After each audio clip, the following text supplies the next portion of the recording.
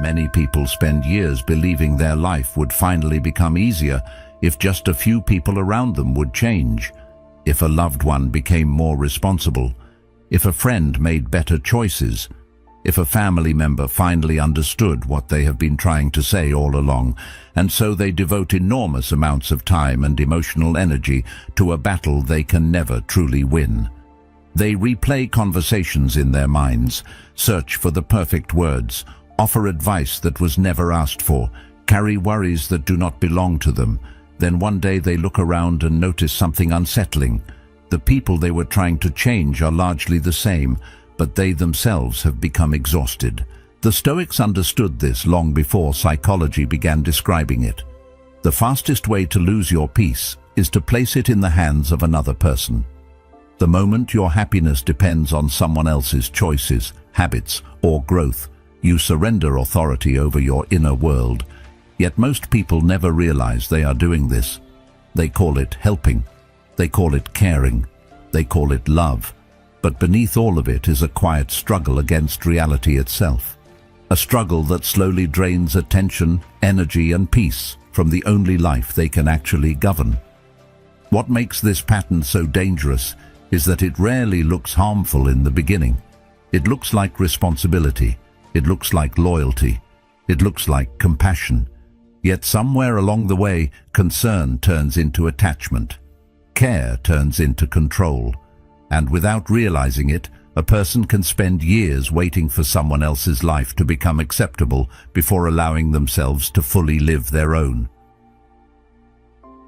Most people never make a conscious decision to spend years trying to change the people around them. It rarely begins as a mission. It begins as concern. Someone you care about keeps making choices that seem to hurt them. Someone continues repeating the same mistakes despite the consequences. You see potential they are not using, opportunities they are ignoring, habits that seem to be leading them in the wrong direction. Because you care, you pay attention. Because you pay attention, you start offering advice. At first, it feels harmless. A suggestion here, a conversation there, a reminder, an observation, a gentle push in what appears to be the right direction. The intention is usually sincere. There is no desire to control, only the hope that someone you value might avoid unnecessary pain. Yet many of the patterns that eventually drain us do not arrive looking destructive. They arrive disguised as virtues. Responsibility becomes interference. Compassion becomes obsession. Concern becomes a burden that quietly reshapes the way you experience your own life.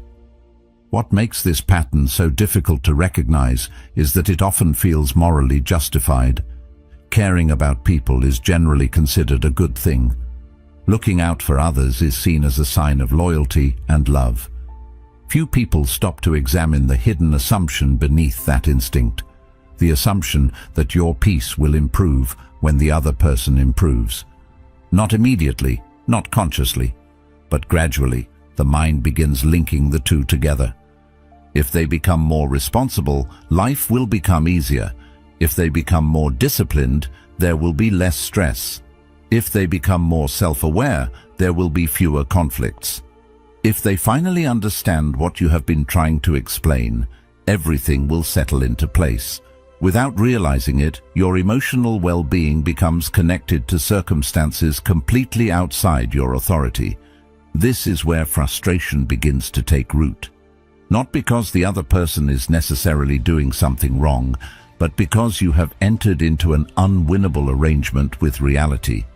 Your peace depends on their choices. Your calm depends on their growth. Your sense of progress depends on their willingness to change. The Stoics understood this long before psychology began describing it. They knew that suffering often begins when we become attached to outcomes we cannot command. Influence is not control. Another person's decisions may affect your life, but they do not belong to you. Their thoughts belong to them. Their habits belong to them. Their priorities belong to them.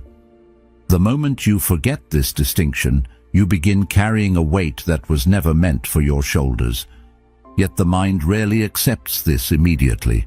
It keeps searching for the perfect argument, the perfect example, the perfect moment of clarity that will finally make the other person see what seems obvious to us.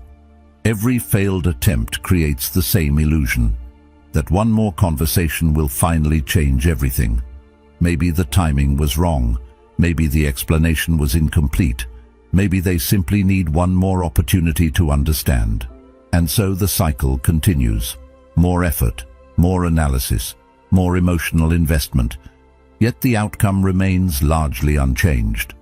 What began as concern slowly becomes expectation, and expectation inevitably creates tension whenever reality refuses to cooperate. Then something subtle begins to happen.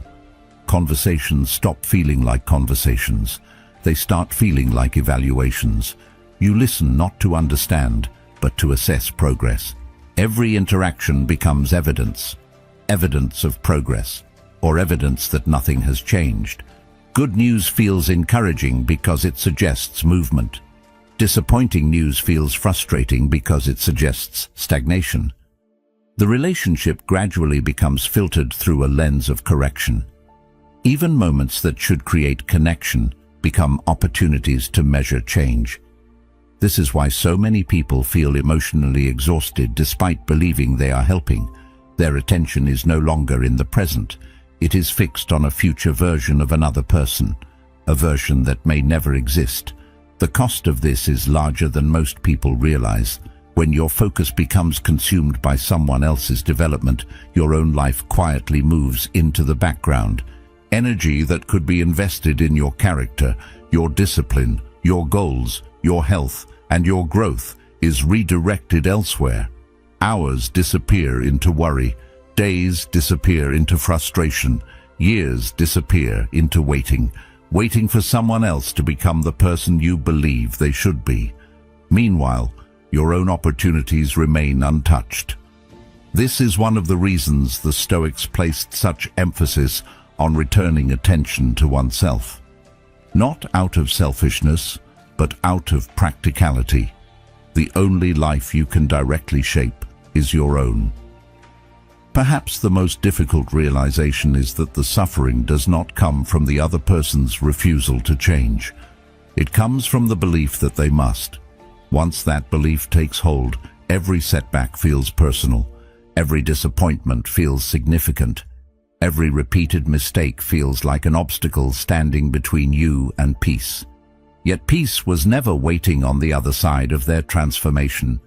Peace was waiting on the other side of your acceptance. As Epictetus observed, make the best use of what is in your power and take the rest as it happens. The acceptance that another human being possesses their own mind, their own path, and their own timeline. The acceptance that growth cannot be forced, borrowed, negotiated, or imposed. It can only be chosen. There is another reason this habit becomes so consuming, and it is not always easy to see because it often disguises itself as responsibility. When attention is constantly directed toward another person's behavior, there is very little room left to examine our own. The mind becomes occupied. It has a project to work on, a problem to solve, a situation to monitor. On the surface, this feels productive. There is effort involved. There is concern involved. There is emotional investment involved. Yet effort alone does not guarantee progress. A person can spend years thinking intensely about someone else's life while making almost no movement in their own. This is one of the most subtle traps a person can fall into. The mind confuses concern with contribution, observation with action, emotional involvement with meaningful growth. Someone can spend hours discussing another person's problems and feel exhausted by the end of the day. The exhaustion convinces them they have been working hard. In a sense, they have.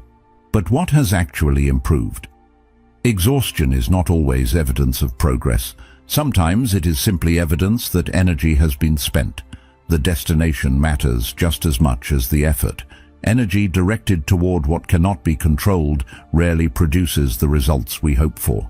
This becomes even more complicated because the process often feels virtuous. People tell themselves they are helping, supporting, caring too much to look away. Yet the desire to fix others sometimes protects us from the discomfort of fixing ourselves. Looking inward requires honesty. It requires confronting areas of life where improvement is needed. It requires acknowledging mistakes, weaknesses, and missed opportunities. By comparison, focusing on another person's flaws feels easier. Their shortcomings are visible. Their mistakes seem obvious. Their problems create a narrative that keeps attention moving away from the work that truly belongs to us. If these ideas resonate, consider subscribing. To keep returning to principles that have helped people strengthen character, navigate uncertainty, and see life more clearly for centuries. Sometimes a single insight, reflected on deeply enough, can change the direction of an entire life. This is one of the most subtle psychological traps a person can fall into. The mind confuses concern with contribution. It confuses observation with action. It confuses emotional involvement with meaningful growth. Someone can spend hours thinking about a family member's decisions, discussing a friend's problems, or worrying about a partner's future. At the end of the day, they feel mentally exhausted. The exhaustion convinces them they have been working hard. In a sense, they have. But what has actually improved?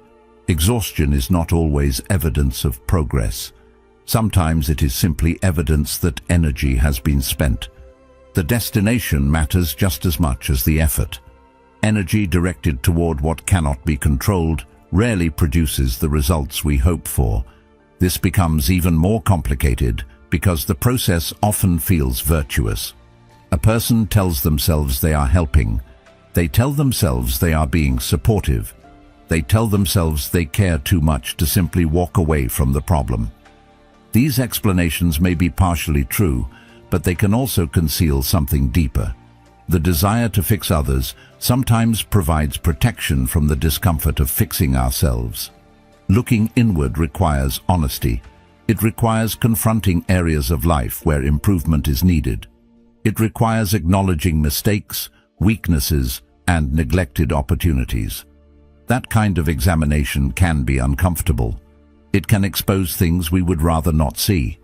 By comparison, focusing on another person's flaws feels easier. Their shortcomings are visible.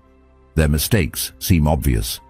Their problems create a narrative that keeps attention moving away from the areas of life where genuine personal work is required. This does not mean concern for others is wrong. The issue is not compassion. The issue is imbalance.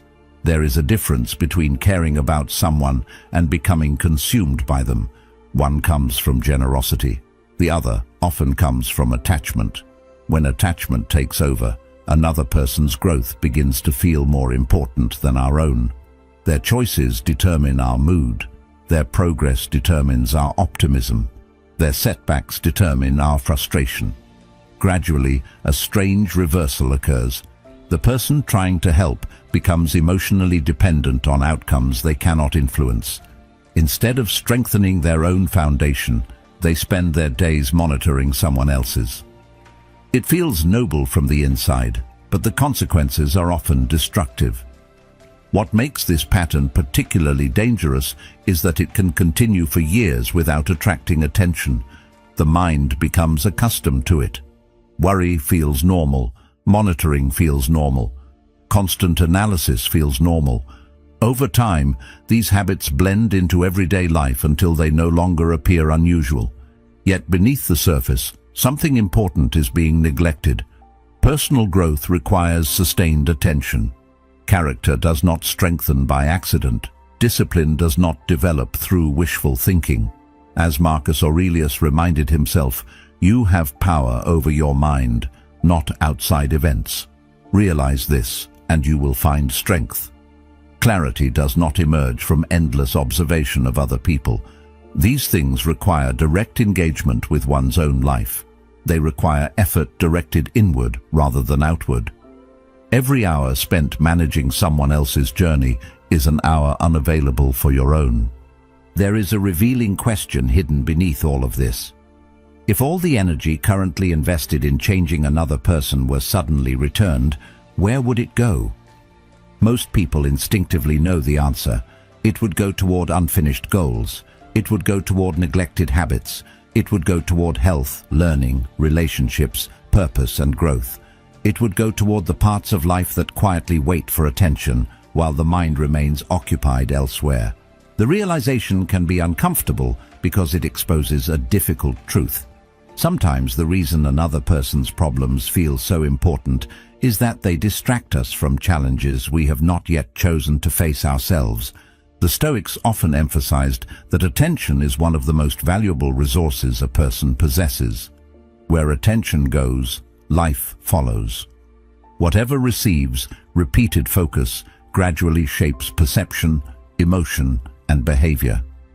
If attention is constantly invested in another person's choices, then much of life becomes organized around circumstances outside personal control.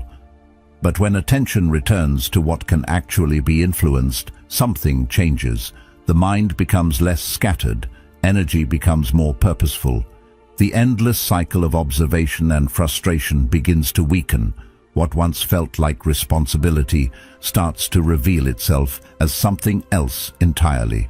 Not malice, not selfishness, simply avoidance wearing a respectable disguise. And once that disguise is recognized, it becomes much harder to mistake constant concern for meaningful progress. Perhaps this is why resentment so often appears where love once seemed to be the dominant force. It does not arrive suddenly, it does not announce itself. It develops quietly in the background while a person continues investing time, effort, attention, and emotional energy into changing someone who has not chosen to change. At first, there is patience, then there is concern.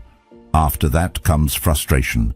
Eventually, a subtle sense of entitlement begins to emerge, not necessarily entitlement in the usual sense, but the belief that so much effort should produce some visible result. The conversations should matter, the advice should matter, the sacrifices should matter, the care should matter. When months or years pass and the desired changes fail to appear, disappointment begins accumulating beneath the surface. The disappointment is rarely directed at the original problem alone. It slowly attaches itself to the person. Without realizing it, a relationship that was built on affection begins carrying the weight of expectation. This shift is easy to understand from a psychological perspective. Human beings naturally seek a return on investment. Whenever time, energy, or emotion is poured into something, the mind starts looking for evidence that the investment is worthwhile. This tendency serves a useful purpose in many areas of life. Effort often does produce results. Discipline strengthens the body. Practice develops skill. Consistent action moves goals forward. But relationships operate differently. Another person's growth does not follow the same rules. There is no direct correlation between the amount of effort you invest and the amount of change they produce. Yet many people continue behaving as though such a relationship exists. They believe that enough patience, enough guidance, enough encouragement, or enough persistence will eventually create the outcome they want. When reality refuses to cooperate, frustration naturally follows because the mind struggles to accept that some outcomes simply cannot be purchased with effort. Most people do not respond well to living under those conditions. Even individuals who genuinely want to improve need space to remain human. They need room to make mistakes, to learn at their own pace, and to arrive at conclusions through their own understanding. Constant evaluation creates tension because it transforms the relationship into something resembling a performance review. Every action feels observed, every decision feels measured, every setback feels noticed. Over time, this creates emotional distance, not necessarily because there is hostility, but because there is discomfort. Few people enjoy feeling like they are permanently falling short of someone else's expectations. The natural response is often withdrawal. They become less open, less communicative, less willing to share what is happening in their lives. The relationship begins losing the sense of safety that once allowed honesty to flourish. What makes this particularly painful is that the person doing the fixing often feels confused by the outcome. They believe they have been generous. They believe they have been patient. They believe they have been acting out of love. In many cases, all of those things are true. Yet love mixed with constant correction can produce unintended consequences. The problem is not the presence of care. The problem is the inability to separate care from control. Genuine care allows another person the dignity of choice. Control attempts to direct those choices toward a preferred outcome. The line between the two can become surprisingly difficult to see, especially when intentions remain sincere. Many people spend years crossing that line without realizing it because they are focused entirely on the destination and not on the experience of the person walking beside them. This is why so many relationships become trapped in cycles that seem impossible to resolve. One person continues pushing, the other continues pulling away. More pressure is applied, more resistance appears. Both individuals become frustrated, both feel misunderstood, both believe they are acting reasonably, yet neither recognizes the deeper issue beneath the surface. The struggle is no longer about the original problem. It has become a struggle over ownership. Ownership of choices, ownership of growth, ownership of direction. The more one person attempts to claim that ownership, the more fiercely the other tends to protect it. Eventually, a difficult realization begins to emerge. No amount of effort grants authority over another person's path. Their lessons remain theirs. Their mistakes remain theirs. Their growth remains theirs. Accepting this can feel uncomfortable because it requires surrendering the illusion of influence that many people have carried for years. Yet it also creates something valuable. It creates freedom. The moment another person's development stops being treated as a personal responsibility, resentment begins losing its fuel, expectations begin softening, relationships begin breathing again. What remains is not indifference, and it is not withdrawal, it is respect. Respect for the reality that every human being must ultimately decide for themselves who they will become, and no amount of love can make that decision on their behalf. This is why so many attempts to force growth end in frustration. The effort focuses on the wrong part of the process. It focuses on supplying answers when the real barrier is readiness. Readiness cannot be given from the outside. It develops internally through experience, reflection, consequences, and personal realization. Every human being arrives at these moments on their own timeline. Some arrive quickly, others take years, some never arrive at all. As Socrates observed, "I cannot teach anybody anything. I can only make them think." This can be difficult to accept because it challenges the comforting belief that enough effort can solve every problem. In reality, there are limits to influence. You can offer perspective, you can provide support, you can share what you have learned, but you cannot decide when another person is prepared to hear it. That decision belongs entirely to them. The irony is that accepting this often creates better relationships. Pressure begins to disappear. Conversations become lighter. People stop feeling managed and start feeling respected. Instead of interacting with a project that needs improvement, they interact with a person who accepts their freedom to choose. That acceptance creates space. Sometimes it even creates the conditions where growth becomes more likely, not because anyone is pushing, but because resistance has less reason to exist. Human beings naturally protect their autonomy. The more they feel controlled, the more they defend it. The more they feel respected, the more open they often become. This does not mean becoming indifferent. It does not mean withdrawing care or refusing to help when help is needed. Guidance still has value. Support still matters. Wisdom shared at the right moment can change a life. The difference is that guidance is offered without attachment. Support is given without demands. Wisdom is shared without insisting that it be accepted. There is a calmness in that approach because it recognizes where responsibility ends. You can offer a map, but you cannot walk the path for another person. You can point toward a door, but you cannot make someone open it. You can illuminate possibilities, but you cannot choose on their behalf. One of the reasons people remain trapped in this pattern for so long is that letting go feels dangerous. On an intellectual level, they may understand that they cannot control another person's choices. They may agree that every individual is responsible for their own life. Yet when the moment arrives to stop intervening, stop monitoring, and stop carrying responsibilities that were never theirs, a deep sense of fear often appears. The mind immediately begins creating scenarios. What if things get worse? What if nobody steps in?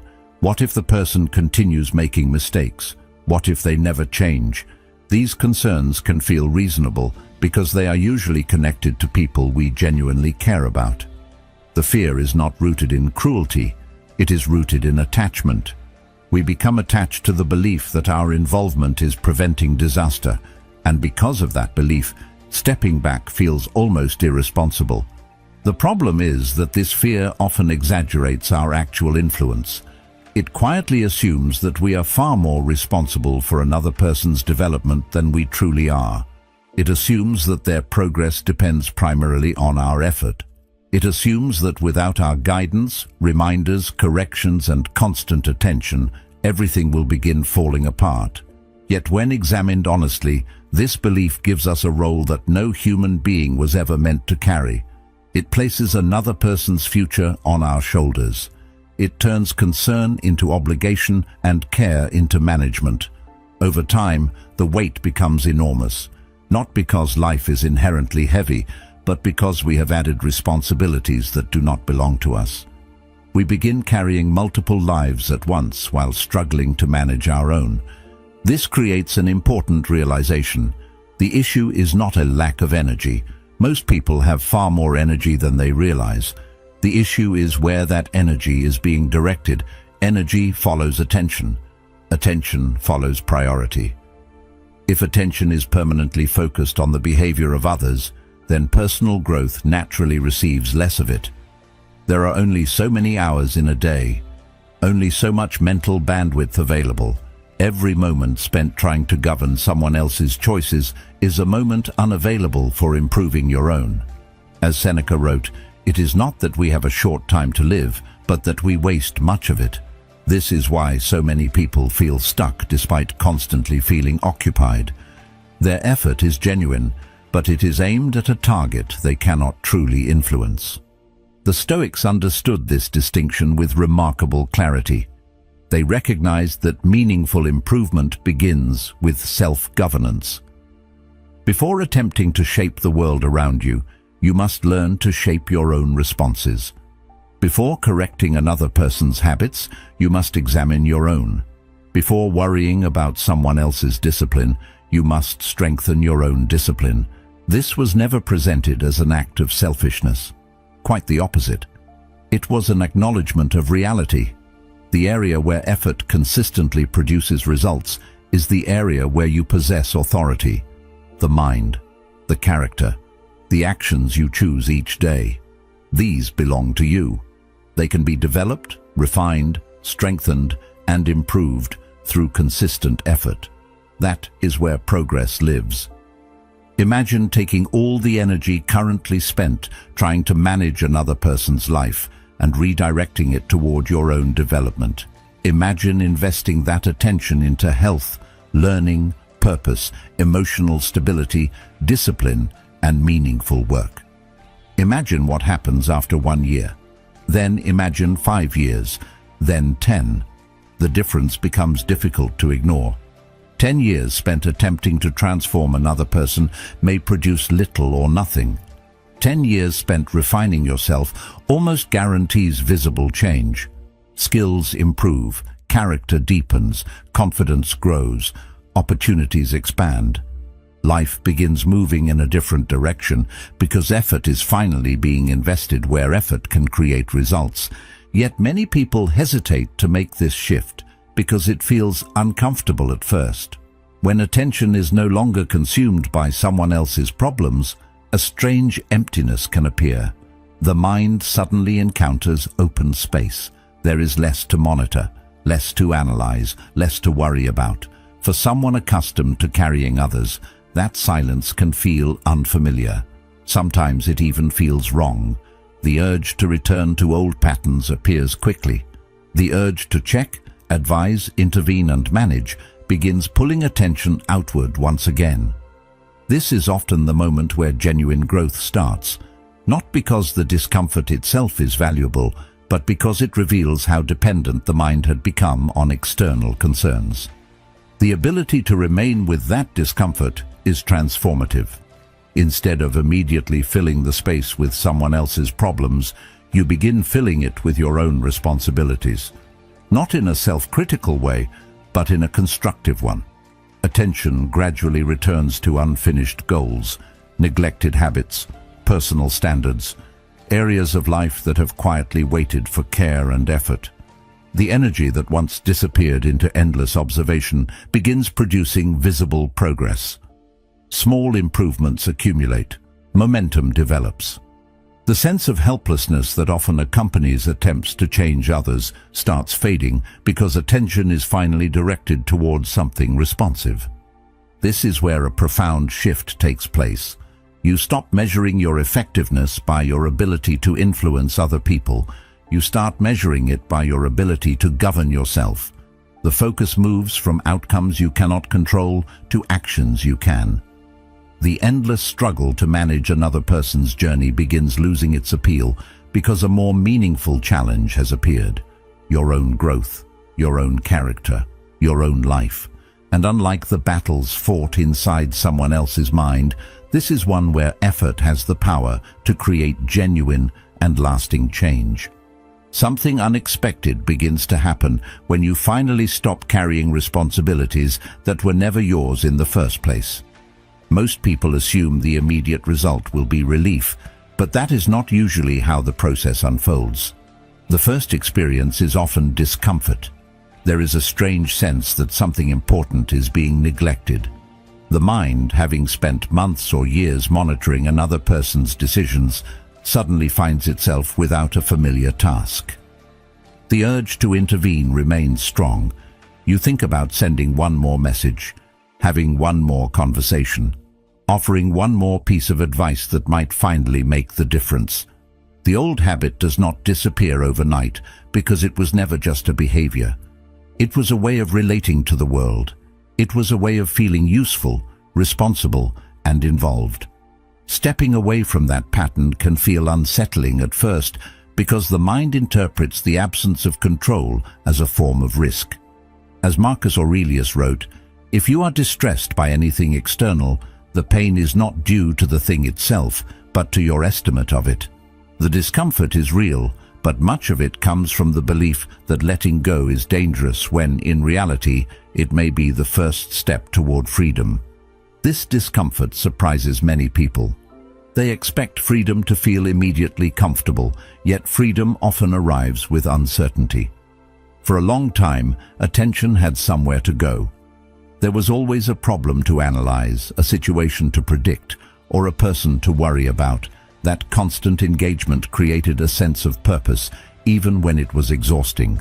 Without it, there is space, and space can feel unfamiliar. The mind starts searching for something to manage, because management has become a habit. It wants to return to the familiar cycle of observation, concern, and intervention. Yet if you resist that impulse, even briefly, something interesting begins to reveal itself. The world does not collapse. The disasters you imagined do not automatically arrive.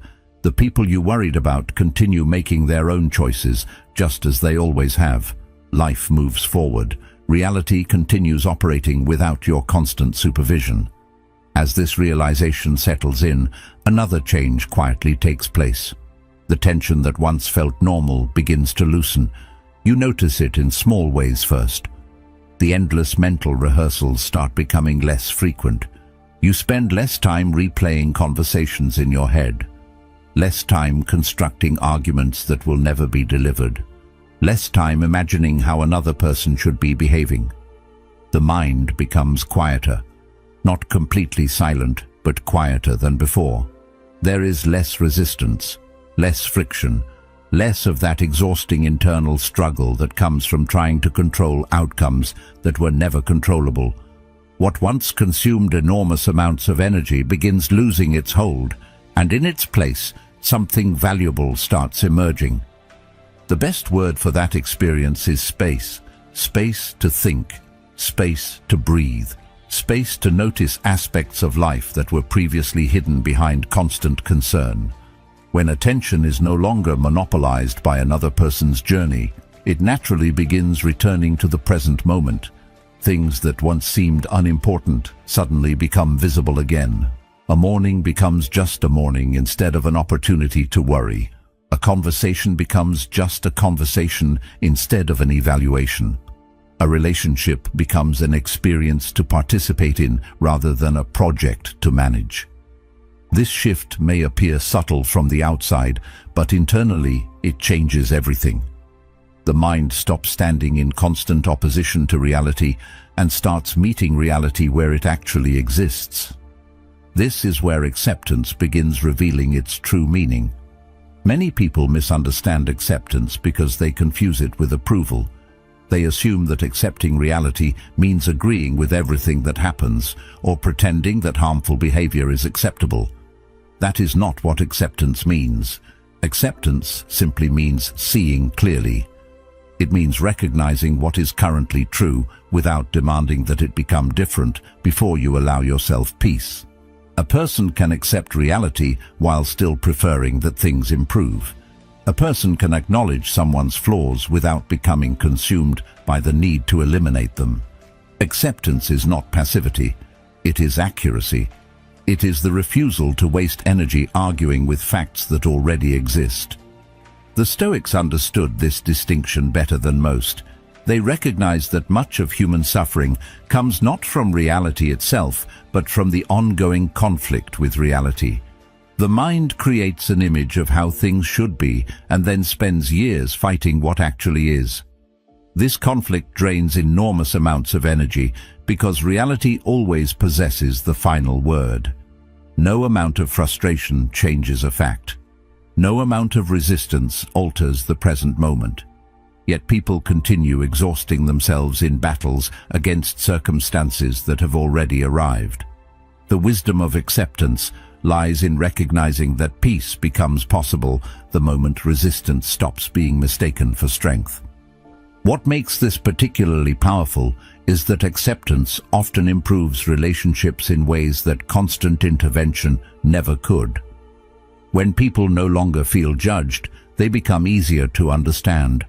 When they no longer feel managed, they become easier to appreciate. Their strengths become more visible because attention is no longer fixed exclusively on their shortcomings. Their humanity becomes easier to see because they are no longer being compared against an imagined version of who they should be. The relationship begins existing in the present rather than in a future that may never arrive. This creates a sense of ease that many people have not experienced in years. Something else happens as well.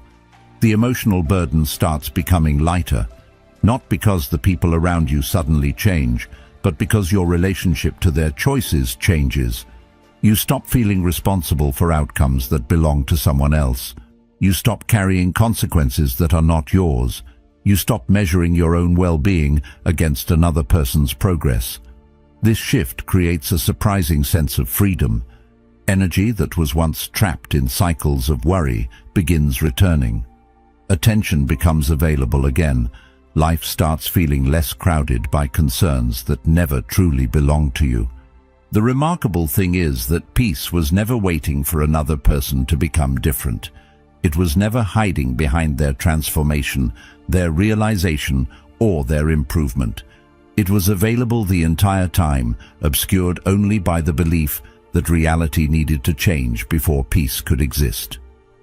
The moment that belief begins fading, something fundamental changes. The struggle loses its purpose. The constant tension loses its fuel. And in that quiet space where resistance once lived, a calmer and more grounded way of living finally has room to emerge. One of the great ironies of human relationships is that influence often becomes strongest at the exact moment we stop chasing it. For years, many people exhaust themselves trying to guide, persuade, correct, and improve those around them. They search for better arguments, better explanations, better strategies. They believe that if they can just communicate more effectively, they will finally create the change they have been hoping to see. Yet the harder they push, the more resistance they often encounter. Advice becomes noise, encouragement becomes pressure, concern becomes interference. What they intended as support begins producing the opposite effect. Then something unexpected happens. They stop. Not because they no longer care, but because they finally understand the limits of their role.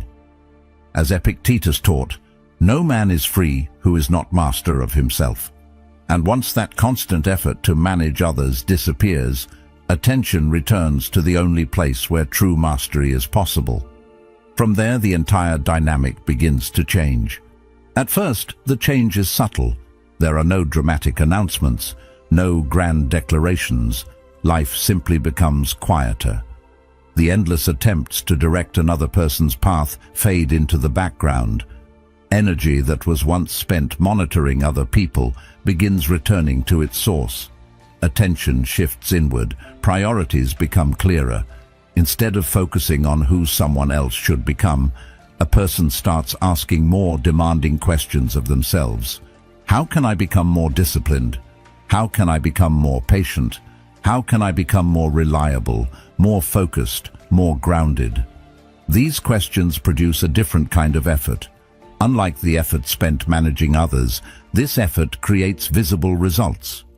Progress begins appearing not in someone else's life, but in your own. Human beings notice this more than most people realize. They may ignore advice, but they pay attention to examples. They may resist instruction, but they observe behavior. They watch how someone responds under pressure. They notice consistency. They notice discipline practiced quietly over long periods of time. They notice a person who continues moving forward without constantly demanding recognition. These observations often occur without discussion. No announcement is required. No lesson is delivered. People simply see what is happening. They compare it to their own experience, and something begins taking shape in the background of their mind.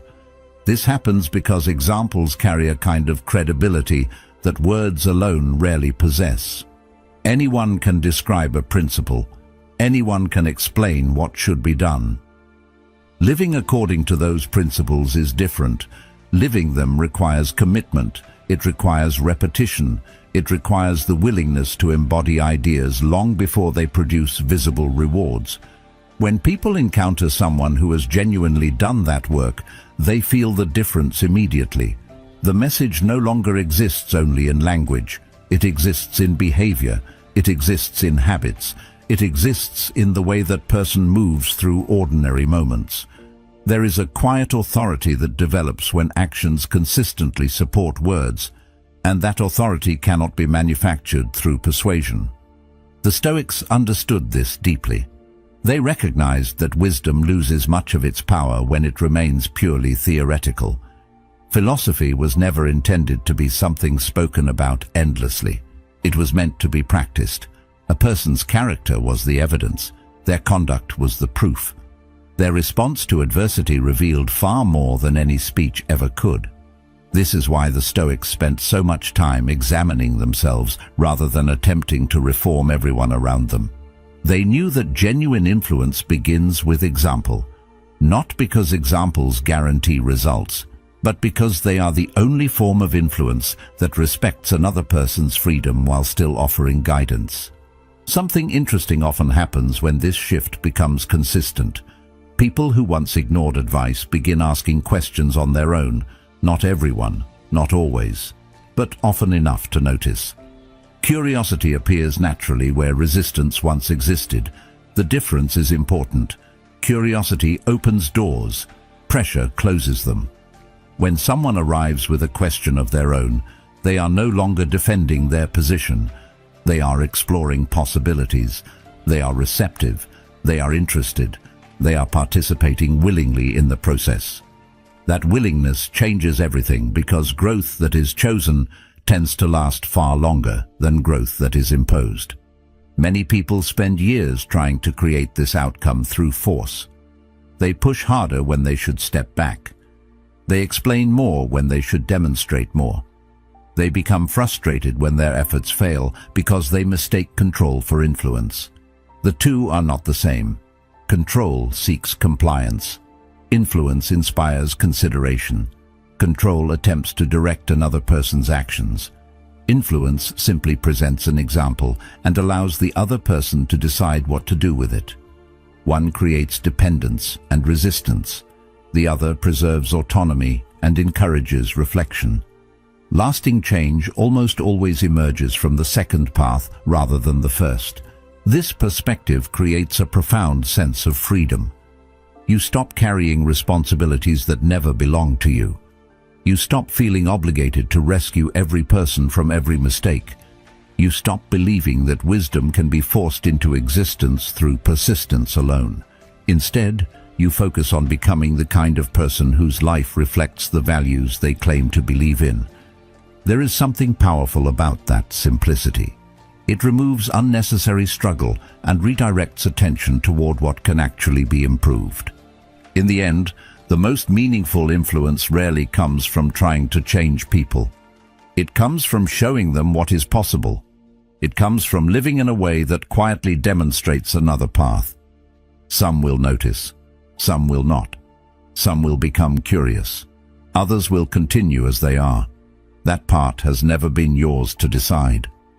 What remains yours is the example you set, the character you develop, and the life you build.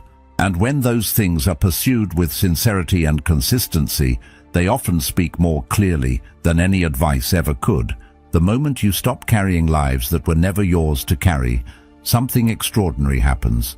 Your hands become free, your mind becomes clearer, your energy returns to the one place where it has always had the power to create real change. Your own life. Other people will continue making their choices, walking their paths, and learning their lessons in their own time.